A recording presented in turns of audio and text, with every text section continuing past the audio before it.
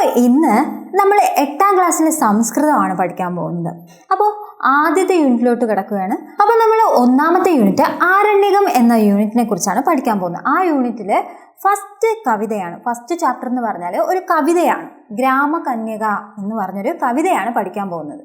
കവിതയിലേക്ക് കിടക്കുന്നതിന് മുമ്പ് ടെക്സ്റ്റ് ബുക്കിലെ ആമുഖം നോക്കി ആ ചെറിയ ഇൻട്രൊഡക്ഷനൊക്കെ നോക്കി നമുക്ക് കവിതയിലേക്ക് കിടക്കാം. പിന്നെ ഈ യൂണിറ്റ് എന്ന് പറഞ്ഞാൽ പ്രകൃതി സ്നേഹികൾക്ക് വേണ്ടിയിട്ടുള്ളതാണ്. അപ്പോൾ പ്രകൃതിയെക്കുറിച്ചാണ് ഈ യൂണിറ്റിനകത്ത് പറയുന്നത്. ആരണ്യം എന്ന് പറഞ്ഞാൽ നമുക്കറിയാം, വനം അല്ലെങ്കിൽ കാട്, പ്രകൃതിയെക്കുറിച്ച് പറയുന്നതാണ്. ഓക്കെ, അപ്പം നമുക്ക് നേരെ ടെക്സ്റ്റ് ബുക്കിലേക്ക് പോവാം. ഏകകം 1 ആരണ്യകം. ആരണ്യകം എന്ന് പറഞ്ഞാൽ ആരണ്യം അല്ലെങ്കിൽ ആരണ്യകം എന്ന സംസ്കൃതം വാക്കിന്റെ അർത്ഥം വനം അല്ലെങ്കിൽ കാട് എന്നാണ് അർത്ഥം. നമുക്ക് ആമുഖത്തിലേക്ക് പോവാം. ഇൻട്രൊഡക്ഷൻ അവിടെ കൊടുത്തിട്ടുണ്ട്. എന്താ? അഷ്ടമകക്ഷ്യായാഹ സംസ്കൃത പാഠപുസ്തകസ്യ പ്രഥമം ഏകകം ഭവതി ആരണ്യകം. അപ്പോൾ അഷ്ടമകക്ഷ്യായാഹ 8ാം ക്ലാസ്സിലെ സംസ്കൃത പാഠപുസ്തകത്തിന്റെ പ്രഥമം ഏകകം ഭവതി, ഒന്നാമത്തെ യൂണിറ്റാണ് ആരണ്യകം. ഓക്കെ, അപ്പോൾ ഒന്നാമത്തെ യൂണിറ്റ് ആരണ്യകമാണെന്ന് മനസ്സിലായി. ഏകകേ അസ്മിൻ പ്രകൃതി സംബന്ധിനഃ ത്രയഃ പാഠാഃ സമാകലിതാഃ സന്തി. അപ്പോൾ എന്താണ്? ഈ യൂണിറ്റിൽ പ്രകൃതിയെ സംബന്ധിച്ചുള്ള 3 പാഠങ്ങളാണ് ഉള്ളത്. ഓക്കെ, അതായത് പ്രകൃതിയെ സംബന്ധിച്ചുള്ള 3 പാഠങ്ങളാണ് ഇതിൽ ഉൾപ്പെടുത്തിയിട്ടുള്ളതെന്നാണ്. പ്രകൃതി സംരക്ഷണസ്യ പ്രാധാന്യം ബോധയന്തി ഗ്രാമകന്യകാ നാമ കവിത.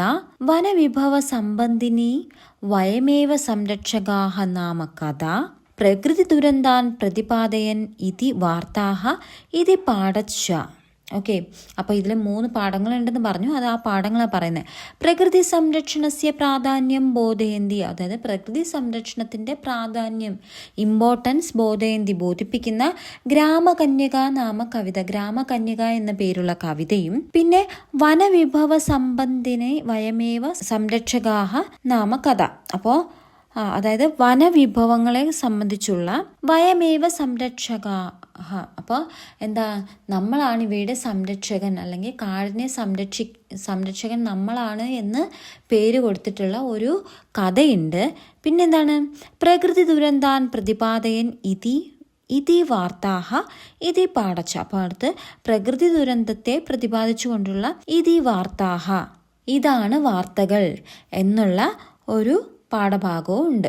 ഓക്കെ, ഏകദേശം പാഠഭാഗനാം അധ്യയനേന വയമപി പ്രകൃതി പ്രണയിനഃ ഭവാമഹ.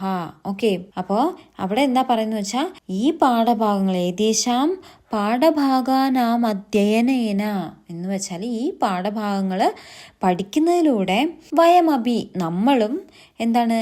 പ്രകൃതി പ്രണയിനിഹ ഭവാമഹ എന്ന് വെച്ചാൽ പ്രകൃതിയെ സ്നേഹിക്കുന്നവരായി തീരുന്നു എന്നാണ് അവിടെ പറയുന്നത്. ഓക്കെ, അപ്പോൾ അതാണ് അവിടെ ആമുഖത്തിൽ കൊടുത്തിട്ടുള്ളത്. ഇനി നമുക്ക് അടുത്ത പേജ് പോവാം. പാഠ 1 ഗ്രാമകന്യക.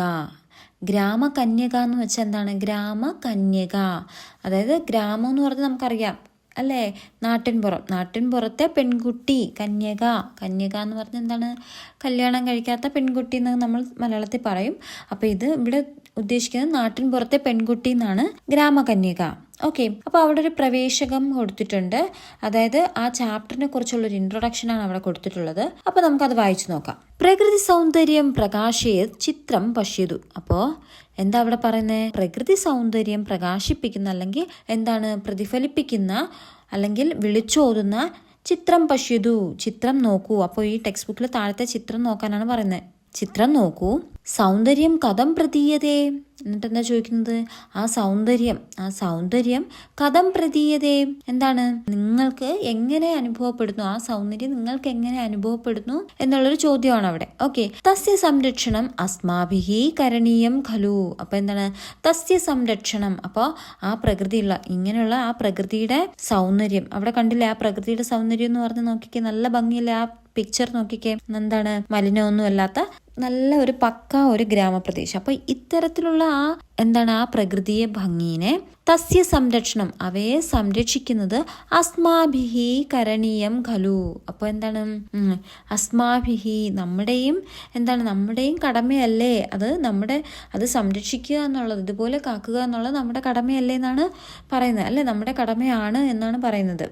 തദർത്ഥം കിം കിം കർത്തും ശക്യതേ. അപ്പോൾ എന്താണ്?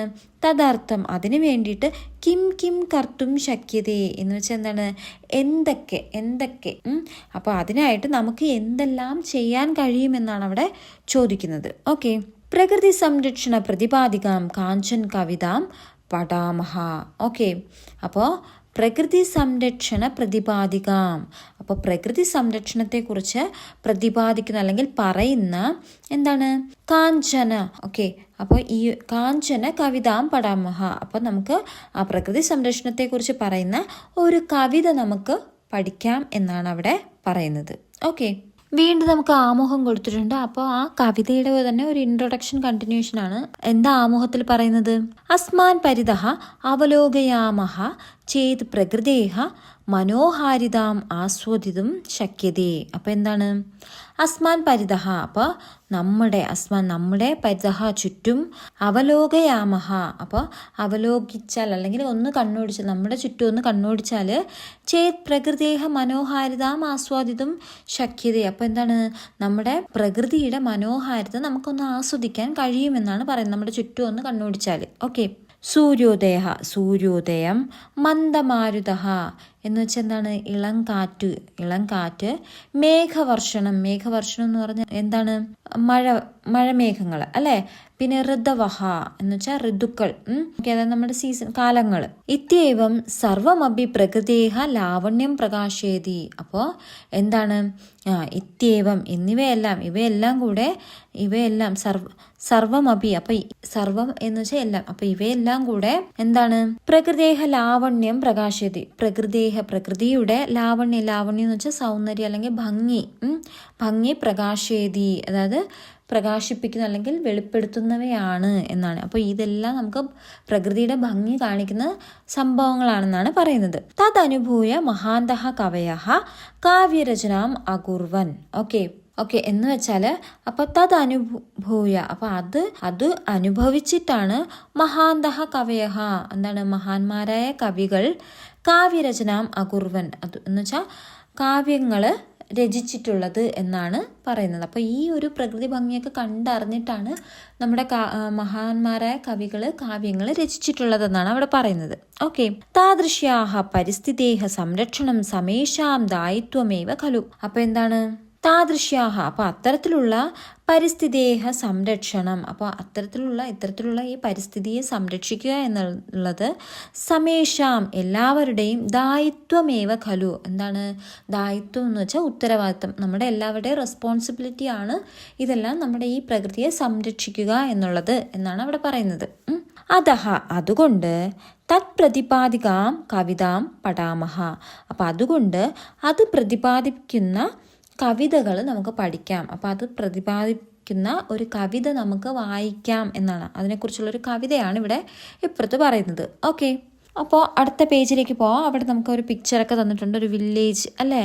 എന്താണ്? കുറച്ച് വീടുകളും നാട്ടുവഴികളും, എന്താണ് നെൽപ്പാടങ്ങളും, എന്താണ് ഞാററുക്കുന്നതും, പിന്നെ ഒരു കുട്ടിയാണോ അത്? ഓക്കെ. കുട്ടി നിൽക്കുന്നതും, തെങ്ങിൻ തോപ്പുകളും, എന്താണ് മലകളും കുന്നുകളും, സൂര്യനും കാക്കയും. ഓക്കെ. അപ്പോൾ നല്ല ഒരു കുളിർക്കുന്ന ഒരു കാഴ്ചയാണ് അവിടെ ടെക്സ്റ്റ് ബുക്കിൽ തന്നിട്ടുള്ളത്. ഓക്കെ. അപ്പോൾ നമുക്ക് കവിതയിലേക്ക് നോക്കാം. ഓക്കെ. അപ്പോൾ ആദ്യത്തെ 4 പേര് നമുക്ക് നോക്കാം. എന്താ? പൂർവസ്യാം ദിശി പർവ്വതരാജഃ കനകം താപയതി. അപ്പോൾ പൂർവസ്യം എന്ന് വെച്ചാൽ കിഴക്കാണ്. ഓക്കെ. അപ്പോൾ പൂർവസ്യാം ദിശ, അതായത് കിഴക്ക് ദിശയിൽ നമുക്കറിയാം, അതായത് ഇവിടെ പറയുന്നത് എന്താണെന്ന് വെച്ചാൽ സൂര്യൻ ഉദിക്കുന്നത് നമുക്കറിയാം കിഴക്ക് ദിശയിലാണ്, അതാണ് ഇവിടെ പറയുന്നത്. അപ്പോൾ പൂർവസ്യാം ദിശി കിഴക്ക് ദിശയിൽ പർവ്വതരാജ എന്ന് പറയുന്നത് ഇവിടെ ആരാണ്? പർവ്വതങ്ങളുടെ രാജാവ്, അതായത് മലനിരകള് എന്താണ്? കനകം താപയതി, അതായത് കനകം എന്ന് പറഞ്ഞാൽ നമുക്കറിയാം എന്താണ്? സ്വർണം, പൊന്നു എന്നൊക്കെ പറയും. അപ്പോൾ കനകം താപയതി എന്ന് പറഞ്ഞാല് എന്താണ്? പൊൻ വെളിച്ചത്താൽ ഇങ്ങനെ തിളങ്ങി നിൽക്കുന്നു. നമുക്ക് സൂര്യൻ ഇരിക്കുന്ന ആ രാവിലെ സമയം നമുക്കറിയാം നല്ലൊരു തിളക്കമുള്ള ഒരു ബ്രൈറ്റ്, നല്ലൊരു ഭംഗി, ഷൈനി ലുക്കാണ് അല്ലേ. അപ്പോൾ അങ്ങനെ എന്താ പറയുന്നത്? കിഴക്കേ ദിക്കിൽ പർവ്വതങ്ങളുടെ രാജാവ് പൊൻ വെളിച്ചത്താൽ തിളങ്ങി നിൽക്കുന്നു എന്നാണ് അവിടെ പറയുന്നത്. കോകിലപോതോ എന്ന് വെച്ചാൽ എന്താണ്? കുയിൽ. അപ്പൊ കോകിലപോതോ എന്ന് വെച്ചാൽ കുയിലിന്റെ കുഞ്ഞ്. അപ്പൊ കുയിൽ കുഞ്ഞ് മംഗളഗാനം, അപ്പൊ നല്ല മംഗളമായിട്ടുള്ള ഒരു ഗാനം. എന്താ? മധുരം ശ്രാവയതി എന്ന് വെച്ചാൽ എന്താണ്? പാടി കേൾപ്പിക്കുന്നു എന്നാണ്. അപ്പൊ മധുരമായിട്ടുള്ള ഒരു മംഗളഗാനം പാടി കേൾപ്പിക്കുന്നു എന്നാണ് പറയുന്നത്. അതായത് നമ്മൾ ഇവിടെ എന്ന് വെച്ചാൽ ആ ഒരു മോർണിംഗ് വ്യൂ ആണ് അവിടെ പറയുന്നത്, ഒരു പ്രഭാതത്തിൻ്റെ കടന്നു വരവ് എങ്ങനെയെന്നാണ് അവിടെ സൂചിപ്പിക്കുന്നത്. ഓക്കെ, ഇനി അടുത്ത് നോക്കാം. എന്താ? ഗ്രാമസുതായേ. ഓക്കെ, ഗ്രാമസുതായി ദർപ്പണവേഷം തനുദേ ശൈവലിനി. അപ്പൊ എന്താണ് ശൈവലിനി എന്ന് പറഞ്ഞാൽ നമുക്കറിയാം എന്താണ്, പുഴ, ഒഴുകിക്കൊണ്ടിരിക്കുന്ന ഒരു പുഴേനെയാണ് നമ്മൾ ശൈവലിനി എന്ന് പറയുന്നത്. അപ്പോൾ ഗ്രാമസുതായേ എന്ന് വെച്ചാൽ ഗ്രാമസുതായി എന്ന് വെച്ചാൽ ഗ്രാമത്തിലെ ആ പെൺകുട്ടിക്ക്, ഓക്കെ, പെൺകുട്ടിക്ക് എന്താണ് ഗ്രാമസുതായ, ഗ്രാമത്തിലെ പെൺകുട്ടിക്ക് ദർപ്പണവേഷം തനുദേ ശൈവലിനി എന്ന് വെച്ചാൽ ദർപ്പണവേഷം, ദർപ്പണം എന്ന് വെച്ചാൽ കണ്ണാടി. അപ്പോൾ കണ്ണാടി എന്ന ഒരു, കണ്ണാടി എന്ന് പറയുന്ന ആ ഒരു വേഷം അല്ല, അല്ലെങ്കിൽ കണ്ണാടി പോലെ ആയി മാറുന്നു, എന്തോ ഒന്ന് കണ്ണാടി പോലെ ആയി മാറുന്നു. എന്താണത്? തനുദേ ശൈവലിനി. ഓക്കെ, ശൈവലിനി എന്ന് വെച്ചാൽ ഒഴുകുന്ന പുഴ. അതായത് നമ്മൾ പുഴ നല്ല തെളിനീരായിട്ട് ഒഴുകുന്നു. അപ്പോൾ അതവിടെ ഗ്രാമത്തിലെ പെൺകുട്ടിക്ക് ഒരു കണ്ണാടിയായിട്ട്, മുഖമൊക്കെ നോക്കി എന്താണ് ഒരുങ്ങാൻ വേണ്ടിയിട്ട് ഒരു കണ്ണാടിയായിട്ട് പ്രവർത്തിക്കുന്നു എന്നാണ് അവിടെ പറയുന്നത്. അപ്പോൾ എന്താണ്, ഒഴുകുന്ന പുഴ ഈ ഗ്രാമത്തിലെ പെൺകുട്ടിക്ക് നോക്കി ഒരുങ്ങാൻ ഒരു കണ്ണാടി പോലെ ആയിട്ട് പ്രവർത്തിക്കുന്നു എന്നാണ് അവിടെ പറയുന്നത്. ഓക്കെ, അഞ്ജനലേപം രാതിനികാമം രജനീ ഗ്രാമസഖി. അപ്പോൾ നമുക്കറിയാം രജനി, രജനി എന്ന് പറഞ്ഞാൽ എന്താണ്, രാത്രി. ഓക്കെ, അപ്പോൾ ഗ്രാമസഖി, അപ്പോൾ ഗ്രാമത്തിൻ്റെ സഖി, സഖി എന്ന് വെച്ചാൽ തോഴി. അപ്പോൾ ഗ്രാമത്തിൻ്റെ സഖിയായ, ഗ്രാമത്തിൻ്റെ തോഴിയായ രാത്രി എന്ന് പറയുന്നത് എന്താണ്, അഞ്ജനലേപം രാതിനികാമം എന്ന് വെച്ചാൽ, അഞ്ജനലേപം എന്ന് വെച്ചാൽ നമ്മൾ കൺമഷിയൊക്കെ അല്ലേ, അഞ്ജനം എന്ന് വെച്ചാൽ കണ്ണെഴുതാൻ ഉപയോഗിക്കുന്ന മഷി. അപ്പോൾ എന്താ അഞ്ജനലേപം, അത് പുരട്ടുന്നതിന് വേണ്ടിയിട്ട്, അതായത് ആ ഗ്രാമത്തിലെ ആ പെൺകുട്ടിക്ക് കണ്ണെഴുതാൻ വേണ്ടിയിട്ട് മഷിയായിട്ട്, അത് കണ്ണിൽ എന്താണ് കണ്ണെഴുതുന്ന കറുപ്പ് നിറം, ആ കറുപ്പ് നിറം ഏതാ തരുന്നത്, നമ്മുടെ രജനി, രാത്രി. ഗ്രാമത്തിൻ്റെ തോഴിയായ രാത്രിയാകട്ടെ അവൾക്ക് കണ്ണെഴുതാൻ മഷിയുമായി കാത്തു നിൽക്കുന്നു എന്നാണ് അവിടെ ഉത്തരം പറയുന്നത്. ഓക്കെ, ഇനി എന്താ? ശ്യാമപയോദോ മുക്തക നീരേ രവനിം തോഷേതി. അപ്പോൾ തോഷേതി എന്ന് പറഞ്ഞാൽ നമുക്കറിയാം എന്താണ്, സന്തോഷിപ്പിക്കുന്നു എന്നാണ്. മുക്തക നീരെന്ന് പറഞ്ഞാൽ നമുക്ക് വെള്ളം. അപ്പോൾ അറിയാം നമുക്ക് എന്താണ്, ശ്യാമപയോദോ, ശ്യാമപയോദോ മുക്തക നീരേ രവനിം തോഷേതി എന്ന് പറഞ്ഞാൽ എന്താ, കറുത്ത കാർമേഘങ്ങൾ, അതായത് മഴയാണ് അവിടെ പറയുന്നത്, നീരെന്നൊക്കെ പറയുന്നത്. അപ്പോൾ ഈ കറുത്ത കാർമേഘങ്ങൾ എന്താ, മഴത്തുള്ളികൾ പൊഴിച്ചുകൊണ്ട് ഭൂമിയെ സന്തോഷിപ്പിക്കുന്നു എന്നാണ് അവിടെ ഉദ്ദേശിക്കുന്നത്. ഓക്കെ, ഇനി പങ്കില പാദോ, പങ്കിലോ എന്ന് വെച്ചാൽ ചെളി, ചെളി പുരണ്ട പാദോ, പാദം എന്ന് വെച്ചാൽ പാദങ്ങൾ. അപ്പോൾ ചെളി പുരണ്ട പാദങ്ങൾ എന്ന് പറഞ്ഞാൽ ഇവിടെ പറയുന്ന ആരുടെയാണ്, കർഷകരെയാണ്.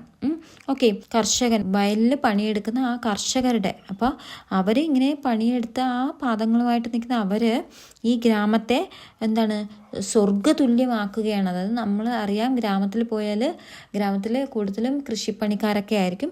അപ്പോൾ ആ പാദങ്ങളിൽ ചെളി പുരണ്ട ആ കർഷകർ നമ്മുടെ ഗ്രാമത്തെ കൂടുതൽ സ്വർഗ്ഗതുല്യമാക്കുന്നു എന്നാണ്. അപ്പോൾ പങ്കില പാദോ നാഗസമാനം കുരുതേ ഗ്രാമമമും എന്നാണ് അവിടെ ഉദ്ദേശിക്കുന്നത്. അതായത് എന്താണ്, ആ വയലിൽ പണിയെടുക്കുന്ന കർഷകർ അവർ ഈ ഗ്രാമത്തെ എന്താണ്, സ്വർഗ്ഗതുല്യമാക്കി മാറ്റുന്നു എന്നാണ് അവിടെ പറയുന്നത്. ഓക്കെ, ഇനി അടുത്തെന്താണ്, കർഷണ ഭൂമൗ കാഞ്ചനചേലാം വയതേ ദീപപതിഹി.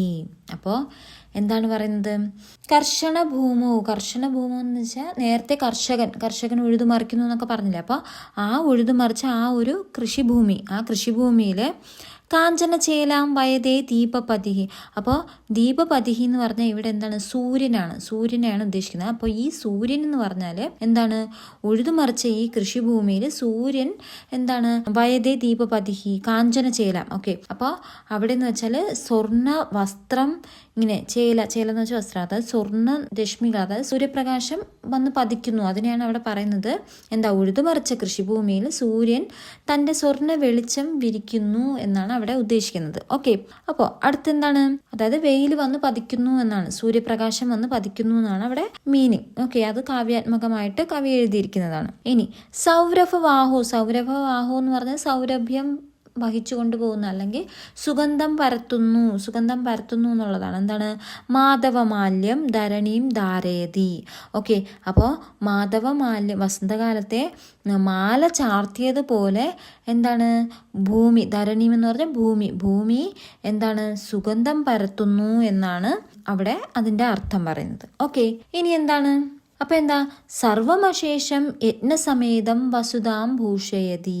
അപ്പോൾ എന്താണ്, സർവമശേഷം യജ്ഞസമേതം എന്ന് വെച്ചാൽ യജ്ഞം എന്ന് വെച്ചാൽ പ്രയത്നം കൊണ്ട്, അതായത് നമ്മുടെ കർഷകരല്ലേ ഇവിടെ പ്രയത്നിച്ചു എന്ന് പറഞ്ഞാൽ അവരുടെ പ്രയത്നം കൊണ്ട്, അവരുടെ കഠിനാധ്വാനം കൊണ്ട് എന്താ വസുധാം ഭൂഷേതി എന്ന് വെച്ചാൽ ഭൂഷേതി എന്ന് വെച്ചാൽ അലങ്കരിക്കുന്നു, അതായത് ഈ ഭൂമിയെ അലങ്കരിക്കും, ഭൂമിയെ മുഴുവൻ അലങ്കരിക്കുന്നു എന്നാണ് അവിടെ പറയുന്നത്. താദൃശ ഭൂമേഹ, അപ്പോൾ താദൃശ അത്തരത്തിലുള്ള ഭൂമിയെ അല്ലെങ്കിൽ അത്തരത്തിലുള്ള നമ്മുടെ ഈ ഭൂമി അല്ലെങ്കിൽ പ്രകൃതിയെ പാലനകാര്യം എന്ന് വെച്ചാൽ എന്താണ്, സംരക്ഷിക്കുക എന്നുള്ളത് കലയാമോ നിയതം എന്ന് വെച്ചാൽ, അതായത് അത്തരത്തിലുള്ള ഈ പുണ്യഭൂമിനെ സംരക്ഷിക്കുക എന്ന് പറയുന്നത് നമ്മുടെ കടമയാണ്, നമ്മളത് എന്താണ് നിരന്തരം ചെയ്യണമെന്നാണ് അവിടെ ഉദ്ദേശിക്കുന്നത്.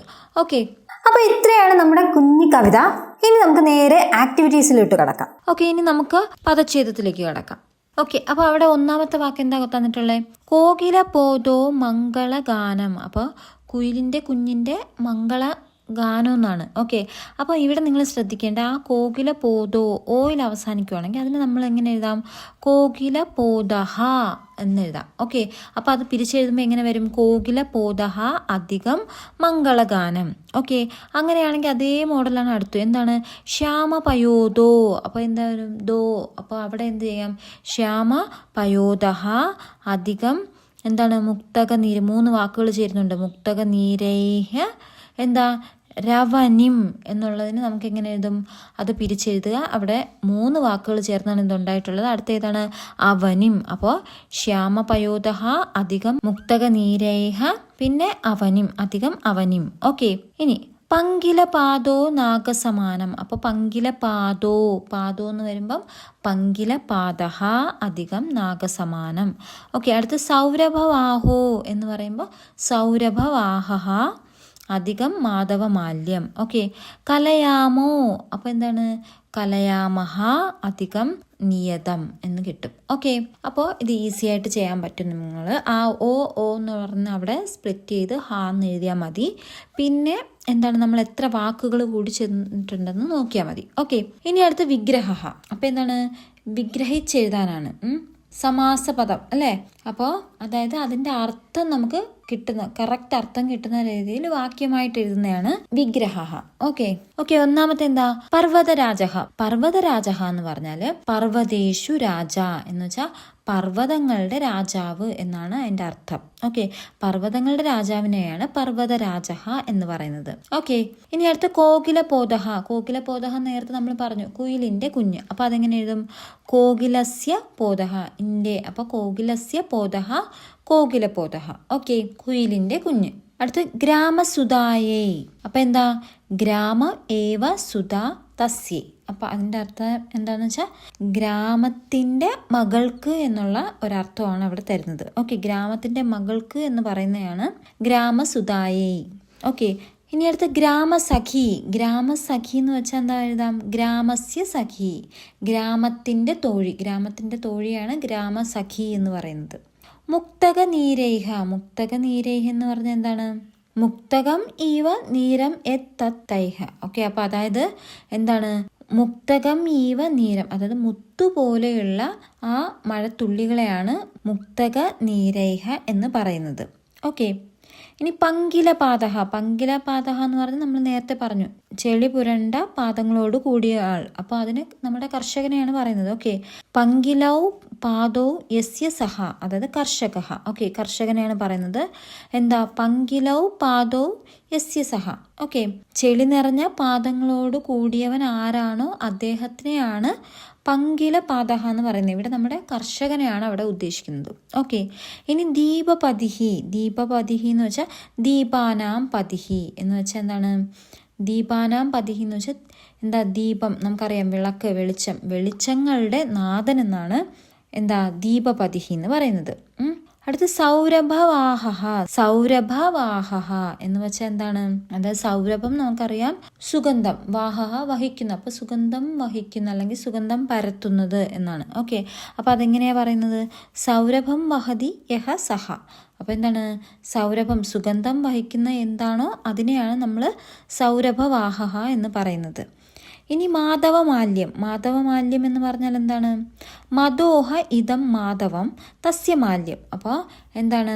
മദോഹ ഇതം മാധവം എന്ന് വെച്ചാൽ വസന്തകാലത്തെ ഒരു മദോഹ ഇതം മാധവം. അപ്പോൾ വസന്തകാലത്തെയാണ് പറയുന്നത്. തസ്യ മാല്യം, അപ്പോൾ അതിൻ്റെ ഭംഗി. അപ്പോൾ വസന്തകാലത്തിൻ്റെ ഭംഗി അല്ലെങ്കിൽ വസന്തകാലത്തിൻ്റെ മാല എന്നാണ് ഇവിടെ ഉദ്ദേശിക്കുന്നത്. ഓക്കെ. അപ്പോൾ ഇനി നമുക്ക് നേരെ പഠന പ്രവർത്തനങ്ങളിലോട്ട് പോവാം. ഓക്കെ. ഒന്നാമത് പറഞ്ഞിരിക്കുന്നത് താളാനുസാരം ബാലകവിത ആലപതു. അപ്പോൾ താളങ്ങളോടുകൂടി ഈ കവിത എന്താണ് ആലപിക്കാനാണ്. അത് ക്ലാസ്സിൽ നിങ്ങൾ ചെയ്താൽ മതി. ഓക്കെ.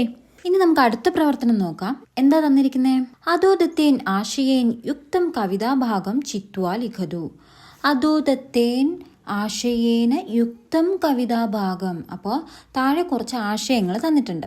അപ്പോൾ ഈ ആശയങ്ങൾക്ക് ഉചിതമായിട്ടുള്ള എന്താണ് കവിതാഭാഗം നമ്മുടെ ഈ കവിതയിൽ നിന്ന് അതായത് കുറച്ച് ആശയം തന്നിട്ടുണ്ട്. ഈ ആശയവുമായി അനുയോജ്യമായ വരികൾ ആ കവിതാഭാഗം എടുത്ത് എഴുതാനാണ് ഇവിടെ പറയുന്നത്. ഓക്കെ. തിരഞ്ഞെടുത്ത് എഴുതുക. ഒന്നാമത്തെ എന്താ? സൂര്യഃ ഉദയതേ. അപ്പോൾ സൂര്യൻ ഉദിക്കുന്നു. അത് നമുക്ക് എവിടെയാണ് കിട്ടിയിട്ടുള്ളത്? സൂര്യഃ ഉദയതേ എന്ന് വെച്ചാൽ എന്താണ്?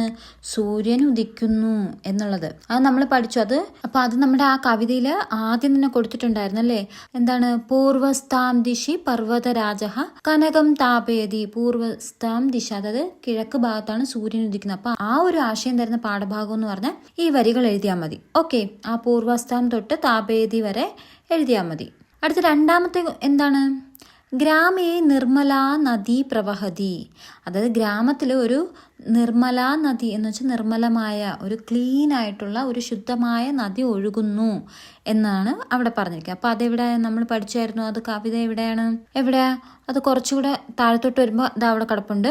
ഗ്രാമസുതായേ ദർപ്പണവേഷം തനുതേ ശൗവലിനി എന്ന് പറഞ്ഞു അല്ലേ? ദർപ്പണം എന്ന് വെച്ചാൽ ഗ്രാമത്തിലെ പെൺകുട്ടിക്ക് എന്താണ്? കണ്ണാടി പോലെ. അപ്പോൾ ആ കണ്ണാടി പോലെ എന്നുള്ള അതിൻ്റെ അർത്ഥം അത്രമാത്രം ശുദ്ധമായിട്ട് ആണ് ആ ജലം എന്നാണ്. ശുദ്ധജലമാണ്, മലിനമല്ല. അതുകൊണ്ട് കണ്ണാടി പോലെ നമുക്ക് നമ്മുടെ റിഫ്ലക്ഷൻ കാണാൻ പറ്റും എന്നുള്ളതാണ് അർത്ഥം. അപ്പോൾ ആ വരികളാണ് അവിടെ ആൻസർ ആയിട്ട് എഴുതേണ്ടത്. ഓക്കെ. ഇനി മൂന്നാമത് എന്താ പറഞ്ഞിരിക്കുന്നത്?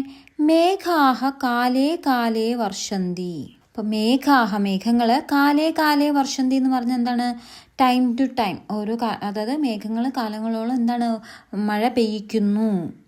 ഓക്കെ. മേഘങ്ങളിൽ നിന്ന് കാലാകാലങ്ങളായി മഴ ലഭിക്കുന്നു എന്നുള്ളൊരർത്ഥം തരുന്നതാണ്.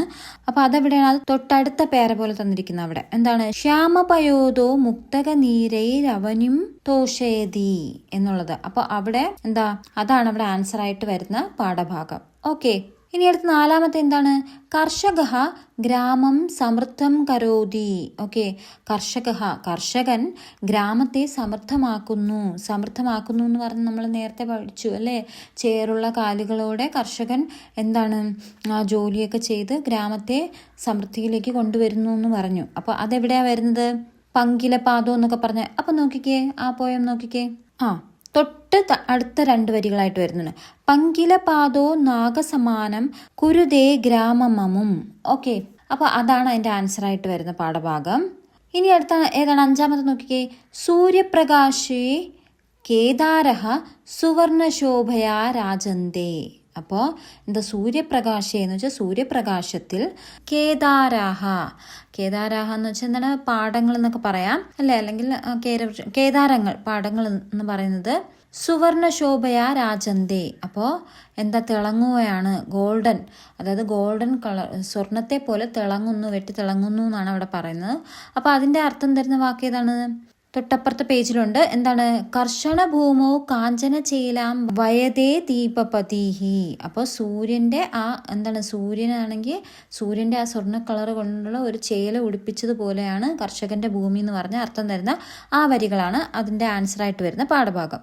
ഇനി അടുത്ത ഏതാണ്? വായോഹ ആഗമനേൻ പുഷ്പാണി ഭൂമോ പതന്തി എന്ന് വെച്ചാൽ വായോഹ എന്ന് വെച്ചാൽ എന്താണ്? കാറ്റ് ഇവിടെ ഉദ്ദേശിക്കുന്നത്. അപ്പോൾ കാറ്റിൻ്റെ ആഗമനേൻ, കാറ്റിൻ്റെ വരവോടുകൂടി പുഷ്പാണി അതായത് പൂക്കള് ഭൂമോ പതന്തി അതായത് ഭൂമിയിൽ വന്ന് വീഴുന്നു എന്നാണ്. ഓക്കെ.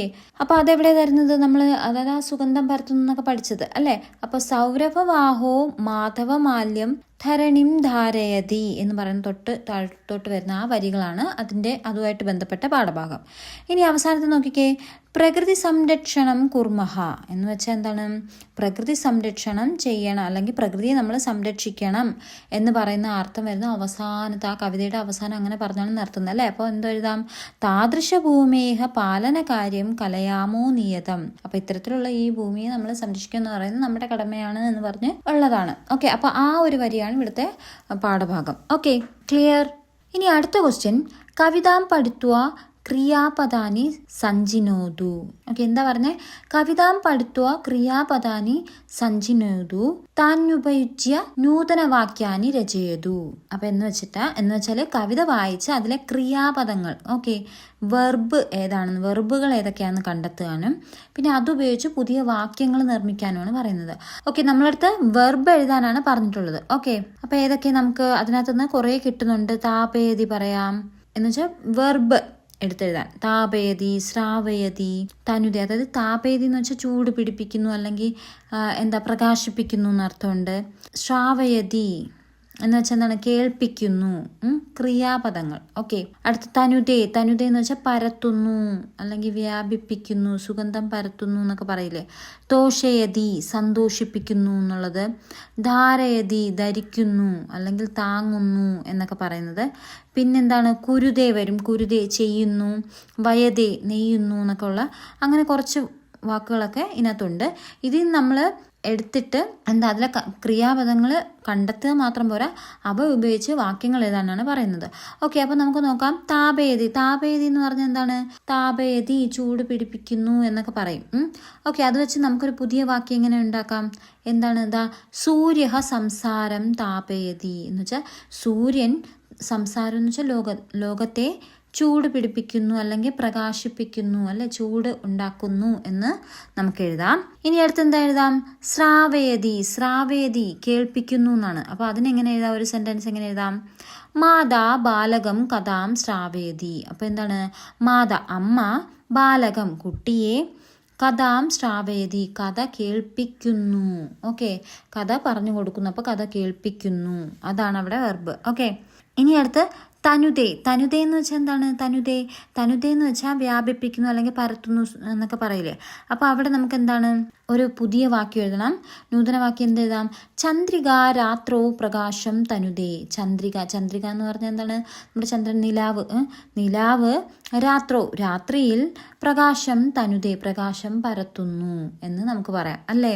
ഓക്കെ, അല്ലെങ്കിൽ സുഗന്ധം പരത്തുന്ന വേറെ എന്തെങ്കിലും വെച്ച് എഴുതാം. ഓക്കെ, ഇനി തോഷേതി എന്നുള്ള ആ വെർബിൽ നമുക്കൊരു പുതിയ വാക്ക് വേണ്ടേ. തോഷേതി എന്ന് വെച്ചാൽ എന്താണ്? തോഷേതി എന്ന് വെച്ചാൽ സന്തോഷിപ്പിക്കുന്നു എന്നാണ് അർത്ഥം. അപ്പോൾ അതിന് നമുക്ക് എങ്ങനെ എഴുതാം? സത്കർമ്മ മനുഷ്യം തോഷേതി എന്ന് വെച്ചാൽ എന്താണ്? സത്കർമ്മ, നല്ല പ്രവൃത്തി, നല്ല പ്രവൃത്തികൾ, മനുഷ്യനെ തോഷേതി സന്തോഷിപ്പിക്കുന്നു എന്ന് പറയാം അല്ലേ. ഇനി നമുക്ക് എങ്ങനെ എഴുതാം? ധാരേതി എഴുതാം അല്ലേ. അതെങ്ങനെ എഴുതാം? ധരിക്കുന്നു എന്നൊക്കെ ഉള്ള ഒരു അർത്ഥമാണ് അത്. അപ്പോൾ അവിടെ വെച്ച് നമുക്ക് പുതിയൊരു സെന്റൻസ് എങ്ങനെ എഴുതാം? ഭഗിനി നൂതനം വസ്ത്രം ധാരേതി എന്ന് വെച്ചാൽ എന്ത് എഴുതാം? ഭഗിനി എന്ന് പറഞ്ഞാൽ സഹോദരി എന്നാണ് അർത്ഥം. നൂതനം എന്ന് വെച്ചാൽ പുതിയ വസ്ത്രം നമുക്കറിയാം. പുതിയ വസ്ത്രം, പുതിയ ഉടുപ്പ് ധാരേതി ധരിക്കുന്നു എന്നൊക്കെ പറഞ്ഞെഴുതാം. ഇതുപോലെ നിങ്ങൾക്ക് ബാക്കിയും കുരുതേ വെച്ച് എഴുതാം, വയതേ വെച്ചൊക്കെ എഴുതാം. നിങ്ങൾ നോക്കുക. ഓക്കെ, കുരുതേ എന്ന് പറഞ്ഞ് ചെയ്യുന്നു, വയതേ നെയ്യുന്നു എന്നൊക്കെ പറഞ്ഞിട്ടുള്ള അതൊക്കെ വെച്ച് എഴുതാം. ഓക്കെ, ഇനി അടുത്ത ക്വസ്റ്റ്യൻ, ഉദാഹരണാനുസാരം മഞ്ജുഷാദ നിജന്തം രൂപം ചിത്വാ ലിഖതു. ഓക്കെ, അപ്പോൾ ഉദാഹരണങ്ങൾ തന്നിട്ടുണ്ട് അവിടെ. ആ ഉദാഹരണത്തെ അനുസരിച്ച് അതായത് ഇവിടെ ഒരു ഉദാഹരണം തന്നിട്ടുണ്ട്. ആ ഉദാഹരണത്തിൽ നൽകിയിരിക്കുന്നത് അതുപോലെ അവിടെ ഒരു ബോക്സിൽ കുറച്ച് തന്നിട്ടുണ്ടല്ലോ, ആ ബോക്സിൽ നിന്നും നിജന്തരൂപ്, അതായത് നിജന്തരൂപ് എന്ന് വെച്ചാൽ എന്താണ്? അതിനെ പ്രേരണാക്രിയകൾ എന്നാ പറയുന്നത്. ഒരാളെ നമ്മൾ പ്രേരിപ്പിക്കുന്നു എന്ന് പറയില്ലേ. നമ്മളൊരു കാര്യം ചെയ്യാതെ മറ്റൊരാളെ കൊണ്ട് അത് ചെയ്യിക്കുമ്പോൾ അതിനുപയോഗിക്കുന്ന ക്രിയാപദങ്ങളെയാണ് നമ്മൾ സംസ്കൃതത്തിൽ പറയുന്നതാണ് നിജന്ത രൂപങ്ങൾ എന്ന് പറയുന്നത് കേട്ടോ. അപ്പോൾ ഇവിടെ തന്നിട്ടുണ്ട് എന്താണ് ഉദാഹരണം എന്താ തന്നിട്ടുള്ളത്? പാഠയതി പഠിപ്പിക്കുന്നു, കണ്ടോ, പഠിപ്പിക്കുന്നു. പിന്നെന്താണ്? ചാലയതി എന്നുള്ളതാണ് അടുത്ത് തന്നിരിക്കുന്നത്. ഓക്കെ, അതും ഒരു നിജന്ത രൂപമാണ്. ഓക്കെ, അപ്പോൾ അതായത് നമുക്ക് ഈ നിജന്ത രൂപം കണ്ടെത്താൻ എളുപ്പ വഴി എന്ന് വെച്ചാൽ ഇതിൻ്റെ അവസാനം ഒരു യതി എന്ന് വരും. പഠിക്കുന്നു എന്നുള്ള, നമ്മൾ പഠതി എന്നാണ് പഠിക്കുന്നു എന്ന് പറഞ്ഞത്. പക്ഷേ അത് നിജന്ത രൂപമാകുമ്പോൾ അതിന് പാഠയതി യതി അവസാനിക്കുന്നത് യതിയിൽ നിന്ന് കാണും. അപ്പം നമുക്ക് അങ്ങനെയുള്ള വാക്കുകൾ കാണുമ്പോൾ പെട്ടെന്ന് നമ്മൾ ഓർക്കണം നിജന്ത രൂപങ്ങളാണെന്ന്. ഓക്കെ, അപ്പോൾ ആ ബോക്സുകളിലെ വാക്കിൽ നിന്ന് നിജന്ത രൂപം മാത്രം എടുത്തെഴുതാനാണ് പറയുന്നത്. അപ്പോൾ നമുക്ക് ആദ്യമേ കിടക്കുന്ന ചോരയതി, അത് യതിയിൽ അവസാനിക്കും. അപ്പോഴേ നമുക്ക് മനസ്സിലാവും എന്താണ് അത് ഒരു നിജന്ത രൂപമാണ്. ചോരേതി എന്ന് വെച്ചാൽ എന്താണ്, മോഷ്ടിപ്പിക്കുന്നു അല്ലെങ്കിൽ മോഷ്ടിക്കുന്നു എന്നുള്ള കേട്ടോ, മോഷ്ടിപ്പിക്കുന്നു എന്നുള്ള, മോഷ്ടിക്കാൻ പ്രേരിപ്പിക്കുന്നു എന്നുള്ള. അടുത്ത് പ്രേരയതി, യതി പ്രേരിപ്പിക്കുന്നു എന്നെഴുതാം. അതും അവിടെ വരും. പക്ഷെ ബാക്കിയുള്ള നോക്കിക്കേ, ലിഖതി വരുമോ, ലിഖതി എഴുതുന്നു, കർഷയതി. അപ്പൊ നമുക്കിവിടെ തോന്നും എന്താ, കർഷയതി, കർഷയതി യതിയിലല്ലേ അവസാനിക്കുന്നത്, അപ്പോൾ അതെങ്ങനെ നിജന്തമാണ്. പക്ഷേ നിങ്ങൾ അവിടെ ഓർക്കണം, കർഷയതി എന്ന് പറയുന്നത് എന്താണ്, ഒരു വേറൊരു ധാതുവിൻ്റെ സാധാരണ രൂപമാണ്, കൃഷ് ധാതുവിൻ്റെ. അപ്പോൾ അതുകൊണ്ട് കൃഷ് എന്ന് പറയുന്ന ആ ഒരു ധാതുവിൻ്റെ ഒരു സാധാരണ രൂപമാണ് കർഷയതി. അതുകൊണ്ട് നിങ്ങൾ എപ്പോഴും കാണുമ്പോൾ തെറ്റിക്കാൻ വേണ്ടി ഇതിടും, കർഷയതി അവിടെ എന്താ നിജന്തം രൂപം അല്ല. ഓക്കെ, അപ്പം ലിഖതി എന്ന് വെച്ചാൽ എഴുതുന്നു എന്നാണ്. അപ്പം എഴുതുന്നു എന്നുള്ളതും വരത്തില്ല. ഓക്കെ, അപ്പം ചോരേതി വരും, പിന്നെന്ത് വരത്തില്ല, ലിഖതി വരില്ല, കർഷേതി വരില്ല, പിന്നെ ഏതാണ് പദ്ധതി, പദ്ധതി വരത്തില്ല. പദ്ധതി എന്ന് വെച്ചാൽ എന്താ അർത്ഥം, പദ്ധതി എന്ന് വെച്ചാൽ ഒരു സാധാരണ വാക്കാണ് കേട്ടോ. പദ്ധതി എന്ന് വെച്ചാൽ എന്താ, വീഴുന്നു എന്നാണ് അർത്ഥം. ഓക്കെ, ഇനി അടുത്ത വാക്ക് ഏതാ, പ്രേരേതി വരും. ഓക്കെ, പ്രവേശയതി, പ്രവേശയതി എന്ന് പറയുമ്പോൾ വരുമോ അത്, പ്രവേശയതി, പ്രവേശയതി, പ്രവേശയതി യാതി അവസാനിക്കുന്നു, അത് പ്രവേശിപ്പിക്കുന്നു എന്നാണ് അല്ലെങ്കിൽ കയറ്റുന്നു എന്നാണ് വരുന്നത്. അപ്പം അത് വരും. പിന്നെ അടുത്ത വാക്ക് ഏതാ, ഗച്ഛതി, ഗച്ഛതി എന്ന് വെച്ചാൽ എന്താണ്, പോകുന്നു എന്നാണ്. ഓക്കെ, അപ്പോൾ പോകുന്നു എന്നുള്ളത് കൊണ്ട് അത് വരത്തില്ല. ഓക്കെ, പ്രേരിപ്പിക്കുന്നതല്ല, പ്രേരിപ്പിക്കുന്ന വാക്കുകളാണ് നമ്മൾ എന്താണ് നിജന്തം എന്ന് പറയുന്നത്. ഓക്കെ, അടുത്ത വാക്ക് ഏതാണ്, നഠതി. നഠതി എന്ന് വെച്ചാൽ എന്താണ്, നൃത്തം ചെയ്യുന്നു എന്നാണ് അതിൻ്റെ അർത്ഥം. അത് പ്രേരണയാണോ, അല്ല, പ്രേരിപ്പിക്കുന്നതല്ല. അപ്പോൾ നഠതി അവിടെ എന്താ, ആ നഠതി എന്ന് വെച്ചാൽ അല്ലെങ്കിൽ നൃത്തം ചെയ്യുന്നു എന്നല്ല, ശരിക്കുള്ള അതിൻ്റെ അർത്ഥം അഭിനയിക്കുന്നു എന്നൊക്കെ വരും. അപ്പം അത് നമ്മൾ പ്രേരിപ്പിച്ച് ചെയ്യുന്നതല്ല, അഭിനയിക്കുന്നു എന്നാണ്. അല്ലെങ്കിൽ നമുക്ക് പ്രേരിപ്പിച്ച് ചെയ്യുന്നതെന്നുള്ളത് ആവണമെങ്കിൽ എന്താണ് യതി വരണം അല്ലേ, നമ്മൾ എന്താണ് അഭിനയിപ്പിക്കുന്നു എന്ന് പറയണം. ഓക്കെ, അപ്പോൾ അത് വരത്തില്ല. പിന്നെ നാദയതി, നാദയതി എന്ന് വെച്ചാൽ എന്താണ്, മുഴക്കുന്നു അല്ലെങ്കിൽ എന്താ ശബ്ദിപ്പിക്കുന്നു എന്നാണ്. ഓക്കെ, അപ്പോൾ അത് ഒരു നിജന്തമാണ്. ഓക്കെ, നിജന്ത രൂപമാണ്. ഓക്കെ, മനസ്സിലായല്ലോ. അപ്പോൾ നിജന്ത രൂപങ്ങൾ ഏതെന്ന് ചോദിച്ചാൽ ചോരേതി, ഇതിന്ന് പ്രേരേതി, പ്രവേശേതി, നാദേതിയാണ് അവിടുത്തെ നിജന്ത രൂപങ്ങൾ. ഓക്കെ, ഇനി അടുത്ത ക്വസ്റ്റ്യൻ, കവിതാഭാഗാത് ഭൂമിഹി ഇത്യസ്യ പദസ്യ സമാനാർത്ഥക പദാനി ചിത്വാ ലിഖതു. അപ്പോൾ കവിതാഭാഗത്തിൽ നിന്ന് ഭൂമിഹി ഇത്യസ്യ പദസ്യ, അതായത് ഭൂമി എന്ന നമ്മുടെ ഭൂമി, എർത്ത് എന്ന് പറയുന്ന ആ വാക്കിന് ഉള്ള സമാന പദങ്ങൾ ഏതൊക്കെയാണെന്ന് കവിതാഭാഗത്തു നിന്ന് നമ്മൾ കണ്ടെത്തി എഴുതാനാണ് പറയുന്നത്. അപ്പോൾ ഇതിൻ്റെ ശ്രദ്ധേയാംശം എന്ന് പറഞ്ഞാൽ അത് അർത്ഥ അവബോധം, അത് നമുക്ക് അർത്ഥങ്ങളെക്കുറിച്ചുള്ളൊരു അവബോധം ഉണ്ടാക്കാൻ വേണ്ടിയിട്ടും ആശയം ഗ്രഹിക്കാൻ വേണ്ടിയിട്ടും ഒക്കെ വേണ്ടിയിട്ടാണ് നമുക്ക് ഈ പ്രശ്നം തന്നിരിക്കുന്നത്. അത് നമുക്ക് വേണ്ട, നമുക്കിതിൻ്റെ ആൻസർ മതി. എന്താണ്, ഭൂമി എന്ന പദത്തിൻ്റെ സമാന പദങ്ങൾ. ഓക്കെ, അപ്പം നമ്മൾ നേരത്തെ വായിച്ച ആ കവിതയിൽ അവിടെ എന്താ ഭൂമി എന്ന അർത്ഥത്തിൽ ഉപയോഗിക്കുന്ന കുറച്ച് വാക്കുകളുണ്ട്. ഏതൊക്കെയാണ്, അവനിഹി. അവനിഹി എന്ന് പറഞ്ഞാൽ എന്താണ്, ഇതെവിടെയാണ് കിടക്കുന്നതെന്ന് വെച്ചാൽ നമ്മൾ ആ കവിതയിൽ അവനിഹി എന്ന് തന്നിട്ടില്ല, പക്ഷെ നമ്മുടെ രവനിം എന്ന് പറഞ്ഞ് അത് പിരിച്ചെഴുതുമ്പോഴാണ് നമുക്ക് അവിടെ അവനിഹി എന്ന് കിട്ടുന്നത്. ഓക്കെ, അവനി. ഓക്കെ, അവനി എന്ന് വെച്ചാൽ എന്താണ്, ഭൂമി എന്നാണ് അർത്ഥം. അടുത്ത് ധരണി. ധരണി എന്ന് പറഞ്ഞാലും ധരണി, ധാരയതി എന്ന് പറഞ്ഞാൽ അവിടെ. ഓക്കെ, അപ്പോൾ അത് ആ കവിതയിൽ ആ വരിയിൽ അവിടെ കൊടുത്തിട്ടുണ്ട്, നോക്കിയാൽ മതി. അപ്പോൾ ധരണിയും ധാരയതി, ധരണി എന്ന് പറഞ്ഞാലും ഭൂമിയാണ്. ഓക്കെ, ഇനി അടുത്തെന്താണ്, കവിതയിലെ വേറൊരു വരി, വസുധാം ഭൂഷേതി എന്ന് പറഞ്ഞ് കണ്ടില്ലേ. അപ്പോൾ അവിടെ വസുധ എന്ന് പറഞ്ഞാലും നമ്മുടെ ഭൂമി എന്ന് തന്നെയാണ് അർത്ഥം വരുന്നത്. Okay, clear. ഇനി അടുത്ത ക്വസ്റ്റ്യൻ, കവിതായാഹ ആശയം സ്വവാക്യേഹ ലിഖതു. ഓക്കെ, കവിതയുടെ ആശയം സ്വവാക്യം, നിങ്ങളുടെ സ്വന്തം വാക്കിൽ കവിതയുടെ ആശയം എഴുതാനാണ് ഇവിടെ പറയുന്നത്. ഓക്കെ, അപ്പോൾ നമുക്ക് എങ്ങനെ എഴുതാം, കവിതയുടെ ആശയം നമ്മുടെ സ്വന്തം വാക്യത്തിലാണ് എഴുതേണ്ടത്. ഓക്കെ, ഞാനൊരു റഫ് എഴുതരാം, നിങ്ങൾക്ക് നിങ്ങളുടേതായ രീതിയിൽ എഴുതാം. ഇവിടെ എന്താ എഴുതിയിരിക്കുന്നത്, ആദ്യം നിങ്ങൾ ആ കവിതയുടെ പേര് അങ്ങ് എഴുതണം. ഓക്കെ, എന്നിട്ട് അവിടെ എന്താ പറയുന്നത്, അയം കവിതാഭാഗഃ ഏകസ്യ ഗ്രാമസ്യ പ്രാകൃതിക സൗന്ദര്യം വർണ്ണയതി. അയം കവിതാഭാഗഃ, ഈ കവിതാഭാഗം ഏകസ്യ ഗ്രാമസ്യ, ഒരു ഗ്രാമത്തിന്റെ പ്രകൃതിയെക്കുറിച്ചുള്ള സൗന്ദര്യത്തെയാണ് വർണ്ണിക്കുന്നത്. പൂർവസ്യാം ദിശി സൂര്യഃ ഉദയതി തസ്യ സുവർണ പ്രകാശേന പർവ്വതാഃ ശോഭന്തെ എന്ന് വെച്ചാൽ എന്താണ്? പൂർവസ്യാം ദിശി, കിഴക്ക് ദിശയിൽ സൂര്യൻ ഉദിക്കുന്നു. തസ്യ സുവർണപ്രകാശേൻ, അതിൻ്റെ ആ സുവർണപ്രകാശത്തിൽ പർവ്വതാഹ ശോഭന്തെ, പർവ്വതങ്ങൾ ശോഭിക്കുന്നു എന്നാണ് പറയുന്നത്. അടുത്തെന്തെഴുതാം? ഗ്രാമേ നദി ദർപ്പണമിവ നിർമ്മലാ പ്രവഹതി, എന്ന് വെച്ചാൽ എന്താണ്? ഗ്രാമത്തിൽ നദി ദർപ്പണത്തെ പോലെ, ഈ കണ്ണാടി പോലെ നിർമ്മലമായി ക്ലീനായിട്ട് പ്രവഹതി, ഒഴുകുന്നു. പിന്നെന്ത് പറയാം? കോകിലാഹ മധുരം കൂജന്തി, ഒക്കെ എന്തെഴുതാം? കുയിലുകൾ എന്താണ്? മധുരമായി പാട്ടുകൾ പാടുന്നു എന്ന് പറയാം അല്ലേ? അല്ലെങ്കിൽ കോകില പോതോ എന്ന് പറയാം. ഓക്കെ. കർഷക കഠിന പരിശ്രമേൻ കൃഷിം കൃത്വ ഗ്രാമം സ്വർഗസമാനം സമൃദ്ധം ച കരോതി. കർഷകര് കഠിന പരിശ്രമത്താൽ കൃഷിയും കൃത്വ, കൃഷി ജോലിയൊക്കെ ചെയ്ത് ഗ്രാമം സ്വർഗസമാനം സമൃദ്ധം ച കരോതി, ഗ്രാമത്തെ സ്വർഗതുല്യമാക്കി സമൃദ്ധമാക്കി ചെയ്യുന്നു, സമൃദ്ധമാക്കുന്നു. മേഘാഹ സമയേ വർഷന്തി, എന്ന് വെച്ചാൽ എന്താണ്? മേഘങ്ങൾ യഥാസമയം മഴ പെയ്യുകയും പിന്നെന്താണ്? ഏന ഭൂമിഹി സസ്യശ്യാമള ഭവതി, അങ്ങനെ അതുവഴി ഭൂമി എന്താണ്? പച്ചപ്പണിഞ്ഞ് സസ്യശ്യാമളമായിട്ട്, അതായത് പച്ചപ്പണിഞ്ഞ് മനോഹരമായി നിൽക്കുകയും ചെയ്യുന്നു. അതുകൊണ്ട് ഏതാദൃശ്യാഹ, ഇത്തരത്തിലുള്ള പവിത്രഭൂമിയെ രക്ഷണം അസ്മാകം കർത്തവ്യം അസ്തി. ഓക്കെ. അപ്പോൾ അതുകൊണ്ട് ഇത്തരത്തിലുള്ള ഈ പവിത്രമായ ഭൂമിയെ രക്ഷിക്കുക എന്നുള്ളത്, അതിനെ സംരക്ഷിക്കുക എന്നുള്ളത് അസ്മാകം കർത്തവ്യം അസ്തി, നമ്മുടെ കർത്തവ്യമാണ് എന്നാണ് അവിടെ പറയുന്നത്. ഓക്കെ. ഇനി അടുത്ത അനുബന്ധ എന്ന് പറഞ്ഞു തന്നിട്ടുണ്ട്. എന്താണ്? ദിശകൾ ഏതൊക്കെ ദിശയുണ്ടെന്നാണ്. പൂർവദിക്, പശ്ചിമദിക്, ദക്ഷിണദിക്, ഉത്തരദിക്. ഓക്കെ. എന്ന് വെച്ചാൽ പൂർവ്വം നമുക്കറിയാം ഏതാണ്? കിഴക്ക്, ഈസ്റ്റ്. പശ്ചിമദിക്ക് എന്ന് വെച്ചാൽ പടിഞ്ഞാറ്, വെസ്റ്റ്. ദക്ഷിണം എന്ന് വെച്ചാൽ തെക്ക്, സൗത്ത്.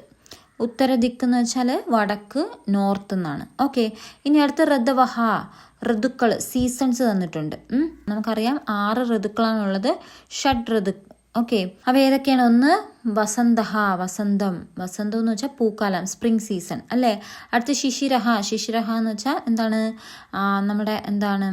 ലേറ്റ് ഓട്ടം എന്ന് പറയാം, അല്ലെങ്കിൽ വിൻ്റർ സീസൺ, നമ്മുടെ തണുപ്പ് കാലത്തിൻ്റെ അവസാനം ഇലപൊഴിയും കാലമാണ് ഈ ശിശിരഹ എന്ന് പറയുന്നത്. ഓക്കെ. അതിൻ്റെ അതായത് ലേറ്റ് ഓട്ടം ഓർ വിൻ്റർ സീസൺ. അടുത്ത് ഹേമന്തഹ എന്നാണ്. ഹേമന്തഹ എന്ന് വെച്ചാൽ എന്താണ്? മഞ്ഞുകാലമാണ്. പിന്നെ ശരത് എന്ന് വെച്ചാൽ ഓട്ടം സീസൺ, നമ്മൾ നല്ല തെളിഞ്ഞ ആകാശമൊക്കെ ഉള്ള കാലം. പിന്നെ അടുത്ത് എന്താണ്? വർഷഹ എന്ന് പറഞ്ഞാൽ എന്താ? നമുക്കറിയാം വർഷകാലം, മഴക്കാലമാണ്, മൺസൂൺ കാലമാണ് വരുന്നത്. പിന്നെ ഗ്രീഷ്മം എന്ന് വെച്ചാൽ വേനൽക്കാലം, നമ്മുടെ സമ്മർ സീസൺ ആണ് വരുന്നത്. ഇനി അടുത്ത ക്വസ്റ്റ്യൻ എന്ന് പറയുന്നത് എന്താ? അടുത്തെന്താ പറയുന്നത്? പദനിർമ്മാണം ദദാതി ഇതി ദഹ. ഓക്കെ. അതായത് പദനിർമ്മാണം, വാക്കുണ്ടാക്കുന്ന രീതിയാണ് എന്നുള്ള ഗ്രാമർ പാർട്ടാണത്. ഓക്കെ. അപ്പോൾ ഇവിടെ ദദാതി ഇതി ദഹ. ഓക്കെ. അതായത് തരുന്നത്, ദദാതി ഇതി എന്ന് വെച്ചാൽ തരുന്നത് ഏതാണോ അതിനെ നമ്മൾ സൂചിപ്പിക്കാൻ വേണ്ടി അവസാനം ഒരു ദഹ ചേർക്കും. പയോദഹ, ജലദഹ എന്നൊക്കെ പറഞ്ഞ് ദഹ എന്ന് പറഞ്ഞ് ചേർക്കും. അതായത് നമുക്ക് എന്താണോ തരുന്നത് ഏതാണോ അതിനെ സൂചിപ്പിക്കാൻ വേണ്ടിയിട്ട്. അപ്പോൾ അതിനൊരു ഉദാഹരണം ഇവിടെ പറഞ്ഞിട്ടുണ്ട്. പയഹ ദദാതി ഇതി പയോദഹ. പയഹ എന്ന് വെച്ചാൽ എന്താണ്? നമ്മുടെ വെള്ളം അല്ലെങ്കിൽ പാൽ എന്നൊക്കെ പറയും. അപ്പോൾ അത് തരുന്നത്, വെള്ളം തരുന്നത് ആരാണോ ദദാതി ഇതി, അവരെയാണ് നമ്മൾ പയോദൻ എന്ന് വെച്ചാൽ മേഘത്തെയാണ് പറയുന്നത്. ഓക്കെ. ഇനി അടുത്ത് ജലം ദദാതി ഇതി. അപ്പോൾ ജലം തരുന്നത് ആരോ അവനെയാണ് നമ്മൾ ജലദഹ എന്ന് പറയുന്നത്. ഒരു ദഹ ചേർക്കുക. ഓക്കെ. തരുന്നത് ഏതാണോ അതിനെ സൂചിപ്പിക്കാൻ ഒരു ദഹ ചേർത്താൽ മതി. ഓക്കെ. അടുത്ത് തോയം ദദാതി ഇതി തോയദഹ. അപ്പോൾ തോയം എന്ന് പറഞ്ഞാലും വെള്ളം തന്നെയാണ്. അപ്പോൾ വെള്ളം തരുന്നതാണോ അതിനെ തോയദഹ. വാരി ദദാതി ഇതി വാരിദഹ. വാരി എന്ന് പറഞ്ഞാലും വെള്ളം തന്നെയാണ്. ഓക്കെ. അപ്പോൾ വാരി ദദാതി ഇതി വാരിദഹ. വെള്ളം തരുന്നതാരോ അദ്ദേഹത്തെ വാരിദൻ എന്ന് പറഞ്ഞ മേഘം. അപ്പോൾ ഇതെല്ലാം മേഘത്തെ തന്നെ ഈ പറയുന്നത്. ഓക്കെ. മേഘത്തെ തന്നെ പയോദൻ, ജലദൻ, തോയദൻ, വാരിദൻ എന്നൊക്കെ പറയുന്നു. ഓക്കെ.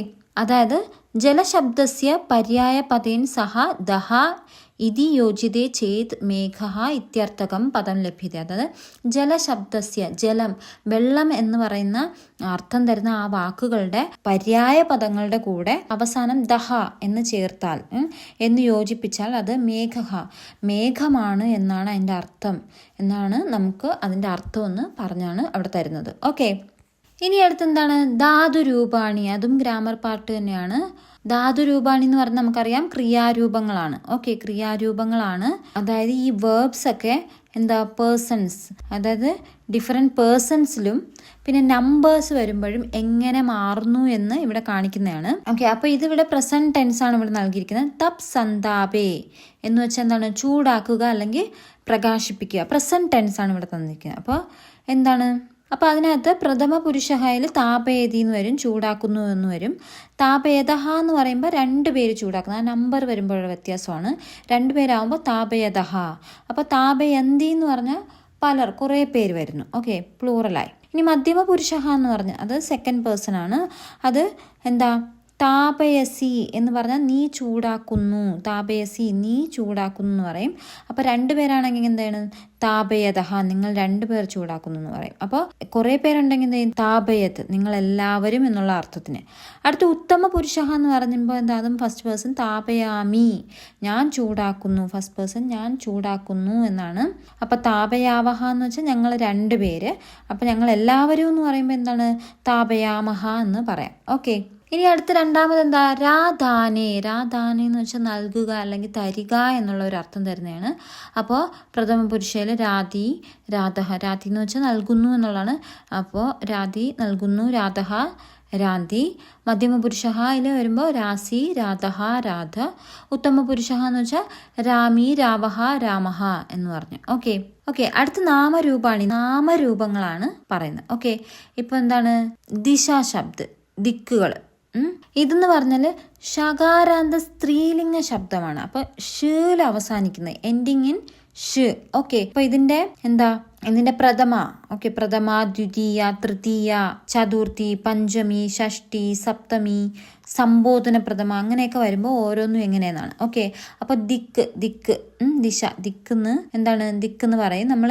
2 ദിക്കുകൾ എന്ന് പറയുമ്പോൾ ദിശാവു, ദിക്കുകൾ എന്ന് പറയുമ്പോൾ ദിശഹ, അതാണ് പ്രഥമ. ഓക്കെ, ദ്വിതീയ വരുമ്പം എന്താ, ദിശം, ദിക്കിനെ, ദിശാവു ദിശഹ.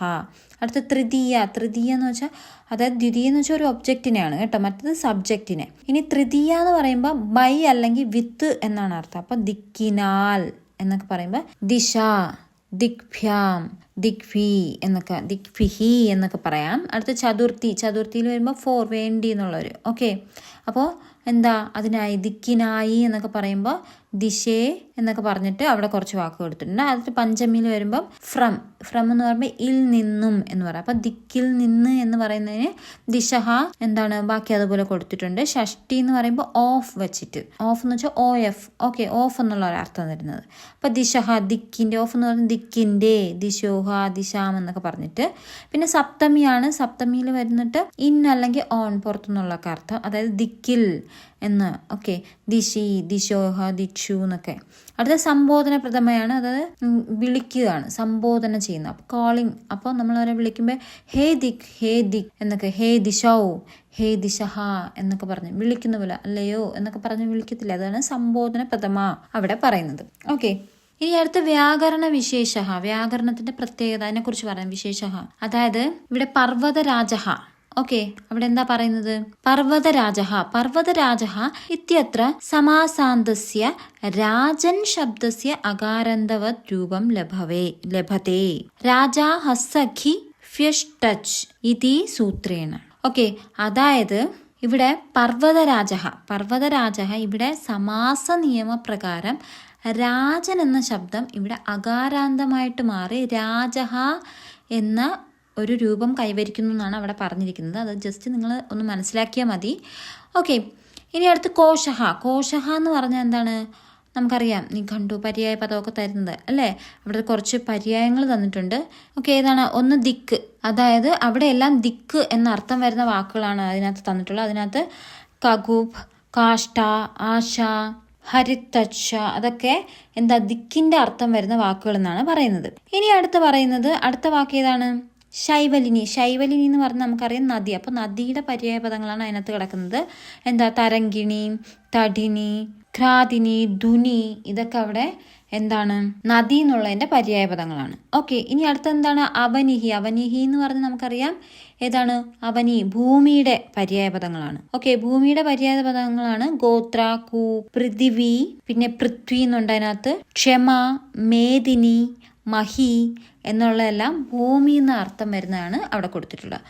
ഓക്കെ, അപ്പോൾ ഇനി അവിടെ അവസാനം എന്തോ അവിടെ തന്നിരിക്കുന്നത്? പ്രകൃതി പാതി പാല്യാച്ച എന്ന് വെച്ചാൽ അവിടെ ഒരു മെസ്സേജാണ് നമുക്ക് തന്നിരിക്കുന്നത്. എന്തുവാ? അതായത് നമ്മുടെ ആ സുഭാഷിതത്തിൻ്റെ ഒരു സന്ദേശം അവസാന വരി തന്നിരിക്കുന്നത് പ്രകൃതി പാതി പാല്യാച്ച എന്ന് വെച്ചാൽ എന്താണ്?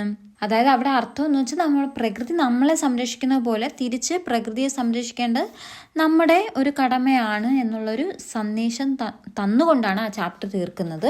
ഓക്കെ, അപ്പോൾ ഇത്രയാണ് നമ്മുടെ ഫസ്റ്റ് ചാപ്റ്റർ. അപ്പോൾ ഇതിനകത്തുള്ള സുഭാഷിതം വായിച്ചു, പ്രവർത്തനങ്ങളെല്ലാം ആക്ടിവിറ്റീസ് എല്ലാം ചെയ്തിട്ടുണ്ട്. അപ്പോൾ ഇത് നിങ്ങൾക്ക് മനസ്സിലായിട്ടില്ലെങ്കിൽ 2-3 പ്രാവശ്യം റിപ്പീറ്റ് ചെയ്ത് കേൾക്കുക. ഓക്കെ, അപ്പോൾ നിങ്ങൾക്ക് ഈ ചാപ്റ്റർ മനസ്സിലായിട്ടുണ്ടെന്ന് വിശ്വസിക്കുന്നു. അപ്പോൾ നിങ്ങൾ ഈ കവിതയും ഈ ആക്ടിവിറ്റീസും എല്ലാം ഒന്നുകൂടെ കേട്ട് മനസ്സിലാക്കുക. ഓക്കെ, അപ്പോൾ നിങ്ങൾക്ക് ഈ വീഡിയോ ഇഷ്ടമായിട്ടുണ്ടെങ്കിൽ വീഡിയോ ലൈക്ക് ചെയ്യാനും ചാനൽ സബ്സ്ക്രൈബ് ചെയ്യാനും പിന്നെ നിങ്ങളുടെ വിലയേറിയ അഭിപ്രായങ്ങൾ കമൻ്റായിട്ട് രേഖപ്പെടുത്താനും മറക്കണ്ട. അപ്പോൾ അടുത്ത വീഡിയോയിൽ വീണ്ടും കാണുന്നവരേക്കും this is me Deepa Charvi signing of.